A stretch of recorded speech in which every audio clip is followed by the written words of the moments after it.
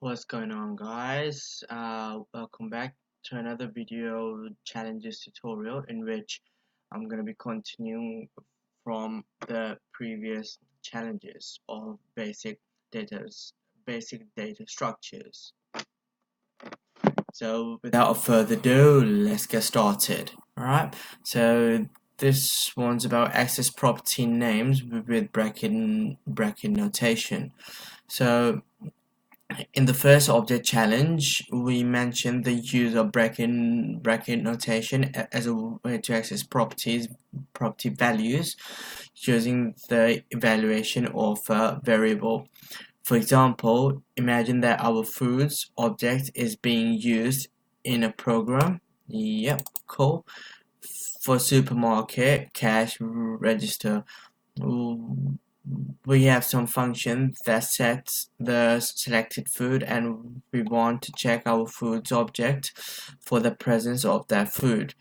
This might look like that's the variable and that's the function it passes check current food and then the scan item, and then it declares a variable called inventory, and then checks the selected food in that object of foods. Alright, cool.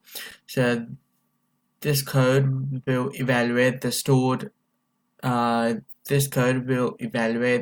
value stored in the selected food. Yep, selected food variable, and return the value of that key in the foods object, or undefined if it's not present. Bracket notation is very useful because sometimes object properties are not known before runtime, or we need to access them in a more dynamic way. We've defined a function check inventory, which receives a scanned item as an argument. We return the current value of the scanned item in the foods object. You can assume that the only valid keys will be provided as an argument to the check inventories. Right, so basically what we want to do is, it says which receives a scanned item as an argument, yep, and then return the current value of the scanned item. So we want to return the current value of this item. So if apples passed in, we need to return the value of apple, which is 25. Right, so essentially it's asking us to pass the scanned item, which in this test case scenario will be apples, and return the value of apples in the foods object, which is 25. So here we're going to use the bracket notation. So first of all, I would return. So let's do it in a way. Take foods object and bracket notation, and the scan item in the bracket notation. Alright, and then we're gonna put semicolon there and return the entire value. So this should return 25. Alright, so I hope so. There we go, and let's check if our test pass. Oh, scan item is not defined. Interesting. Oops, my bad. I cut and pasted it. Yeah, see, 25, perfect, which is here. So if I type in, say, from oranges, then this function should return 32. Yep, there we go, perfect. Alright, so let's raise the roof. Oh yes, we're buzzing. Let's go to the next challenge. So you use the delete keyword to remove object properties. Okay. So now you know what objects are and their basic features and advantages. In short, they are key value stores which provide a flexible, intuitive way to structure data, and they provide a very fast lookup time. Throughout the rest of these challenges, we will describe several common operations you can perform on objects so you can become comfortable applying these useful data structures in your program. In early challenges, we have both added to and modified an object's key value pairs. Here we will see how we can remove a key value pair from an object. Okay, cool. So let's revisit our foods object example one last time.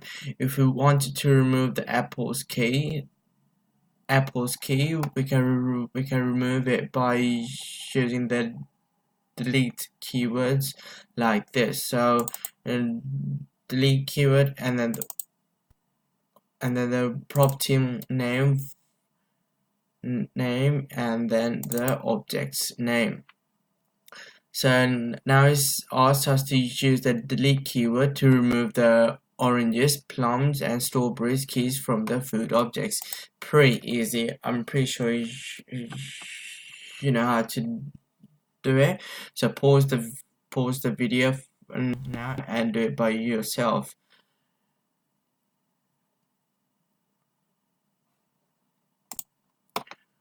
Alright, by now you should have done the actual code, but if you haven't and it's not working, or you're not sure how to do it, you can follow me and just write the code. Okay, so I would take this food object, okay, foods dot, and which property which keys are we about to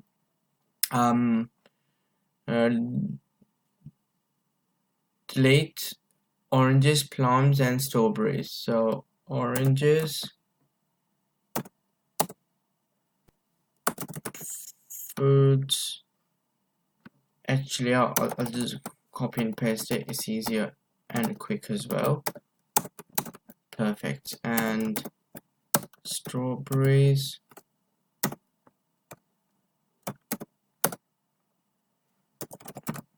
plums, and oranges. And don't forget to write the delete keyword there. Okay, and copy and paste this keyword to there, and perfect. So that should pass the test. Let's see if it does. Yeah, well done, guys. Those of you who already did this without copying me, well done.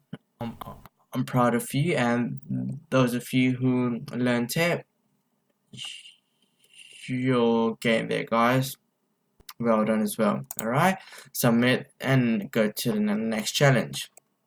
Alright, so now we're gonna check if an object has a property. Now we can add modify, and now we can add, modify, and remove keys from objects. But what if we just wanted to know if an object has a specific property? Alright, JavaScript provides us with different ways to do this. One uses the has-on property method, and the other uses the in keyword. So if we have an object users,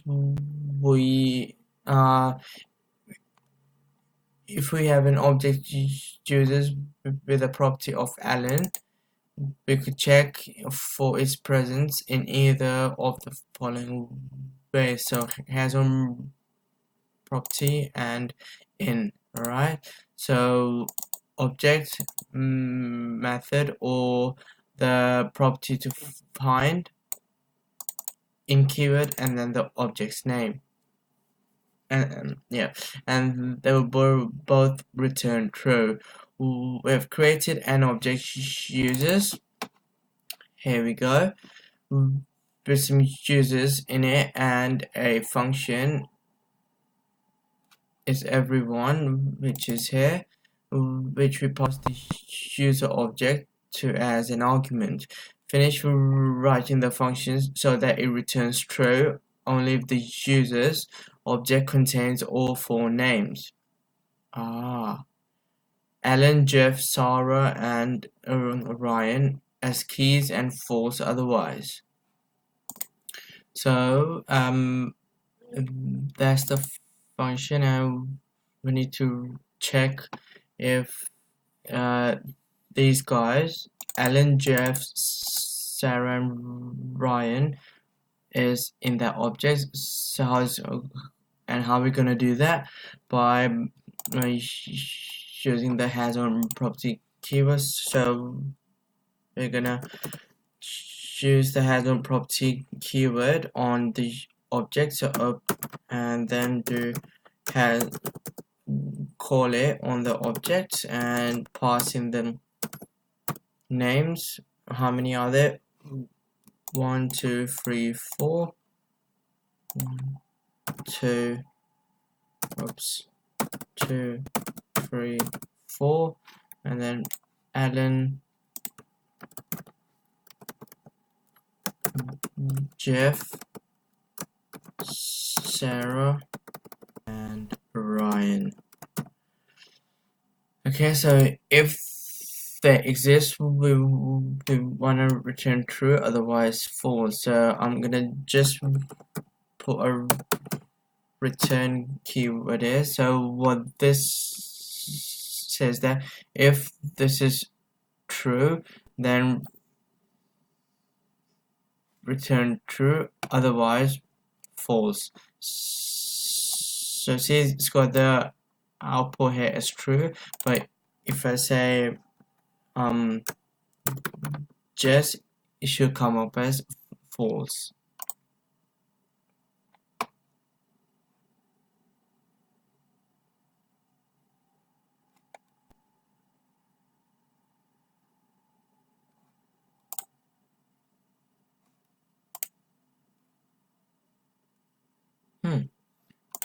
It's not coming up as false. It should come up because these properties, they don't exist. Or I'll say Jess, and Jess. Alright, okay. So if everything doesn't exist, then it comes up as false, otherwise true. Cool. Understood. Alan, Jeff, Sarah, and Ryan. Perfect. Here we go. That one's done. Hooray, guys. You guys are doing pretty good. Keep up the nice work, alright? Let's continue to the next challenge. Alright, so it says iterate through the keys of an object with a for in statement. Interesting. Right.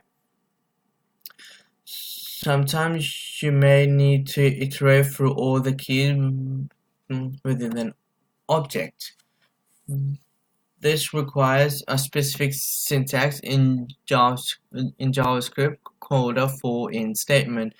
For our users object, this could look like for users in for declare variable and then in users. Alright, this logs Alan, Jeff, Sarah, and Ryan. Cool. In this statement, we define a variable user, and as you can see, the variable was reset during each iteration to each of the object's keys as the statement looped through the object, resulting in each user's name being printed to the console. Note: objects do not maintain an ordering to stored keys like array do. Thus, a key position on an object or the relative order in which it appears is relevant when referencing the access keys. When referencing or accessing that key. Right. I didn't really understand this. Let's read this again.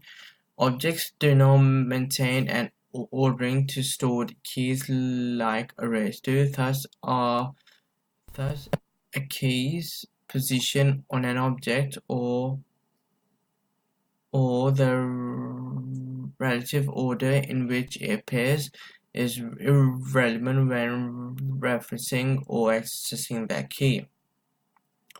So we have defined, okay, cool. So we have defined a function count online, which is this one here. Use a for statement within this statement to loop through the users in the users object. Okay. And return the number of users whose online property is set to true. Cool.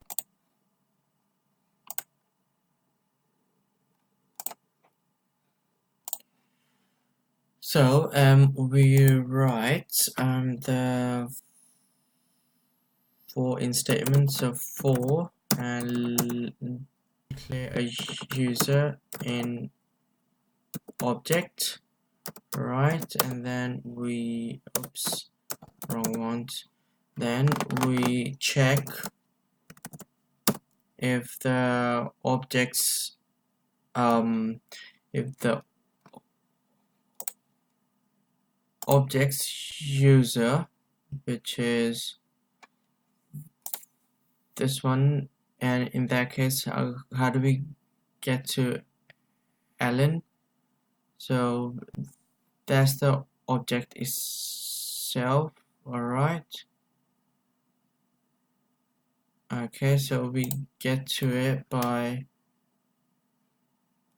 saying object obj, and then we need there's another object in it, so we do user, which is the object itself. All right, so user, and then what's the user's property in it? Online, so we do online. Okay, and if that's true, then we increment the wrong brackets, my bad. Then we increment the online user variable. Alright, and I'll just define the online user variable here. Let online user equal to 0. Perfect. And now we've got this online user, yep. And now we just have to print the online, return the number of users. So return online users. There we go, and that should give us 2. Yep, it should. Users. Yep, 2. Here we go. Perfect. Alright, and let's run the test, and we passed it. Bingo. Let's move on to the next challenge.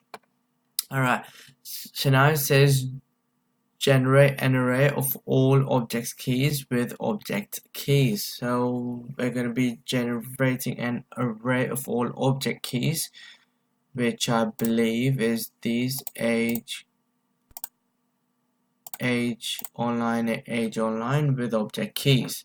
So we can also generate an array which contains all keys stored in an object using object keys method and passing in an object as the argument. This will return an array with strings representing each property in the object. Again, there will be no specific order to the entries in the array. Finish writing the get array of users functions so that it returns an array containing all the properties in the object it receives as an argument.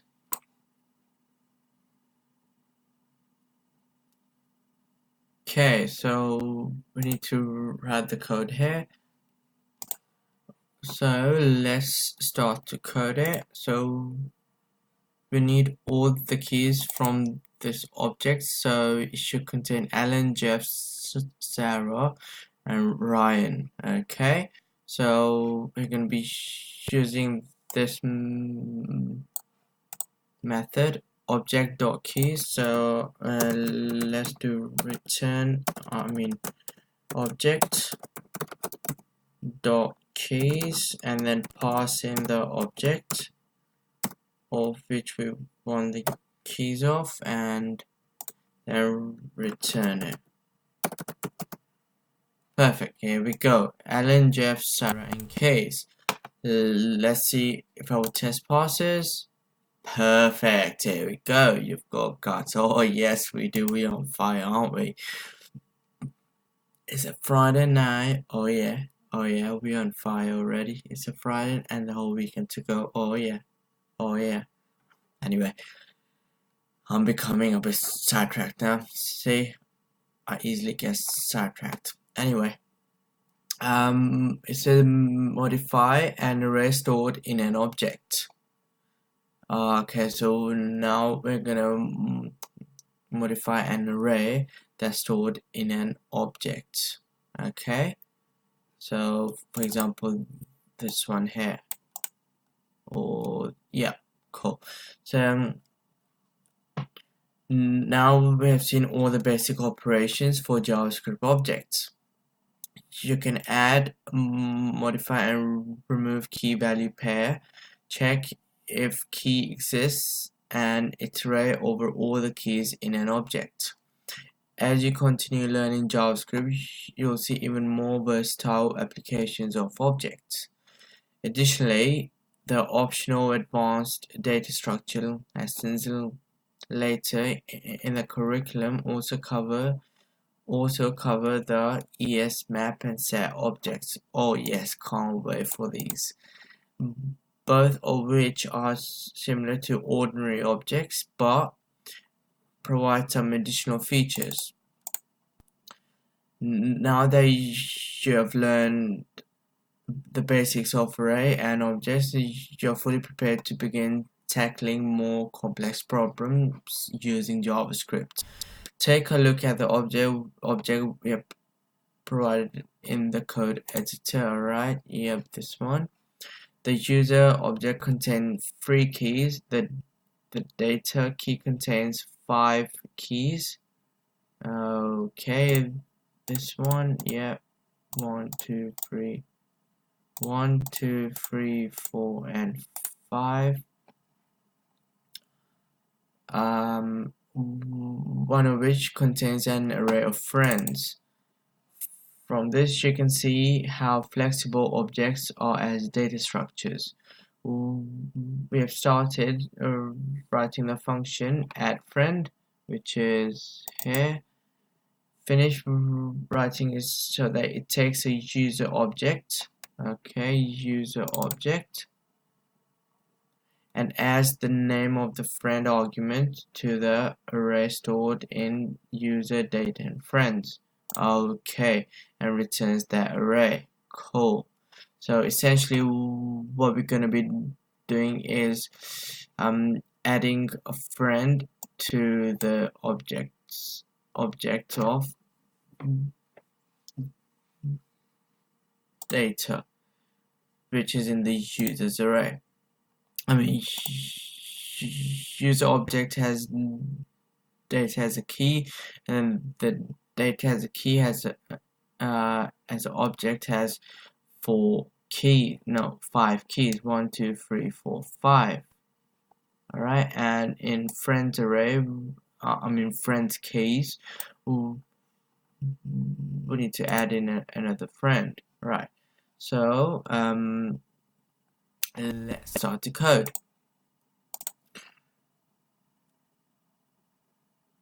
Access the user's object. How?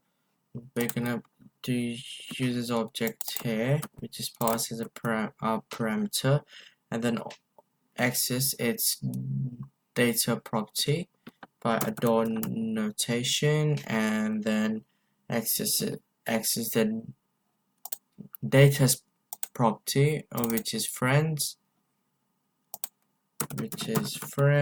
and then because it's an array and we need to add another friend here, so I would use a method push which will append the friend to the array at the end. So I will append this, and then I would simply do return the entire array. So return this part here. Alright,